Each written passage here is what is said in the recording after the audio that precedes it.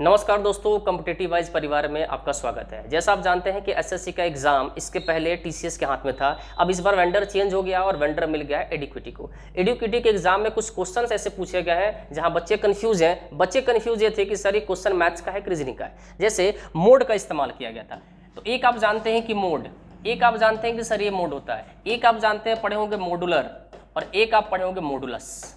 ये सारे अलग अलग लैंग्वेज आपके इस्तेमाल में इस्तेमाल हुए हैं, मैथ्स में आपने पहले भी पढ़ा होगा।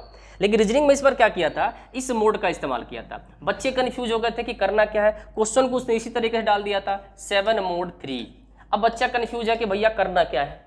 तो जो बच्चे होशियार हैं, जानते हैं, वो तो आसानी से कर लिए होंगे। जो नहीं जानते हो वो एग्जाम में क्वेश्चन को छोड़ के आ गए थे। देखो बिल्कुल आसान है। मोड का मतलब होता है भैया डिवाइड, इसका मतलब होता है शेषफल। आपको शेषफल निकालना है, तो शेषफल निकालने के लिए आपको क्या करना पड़ेगा, 7 डिवाइडेड बाई 3 करना होगा। 3 दूनी 6, आंसर क्या होगा 1।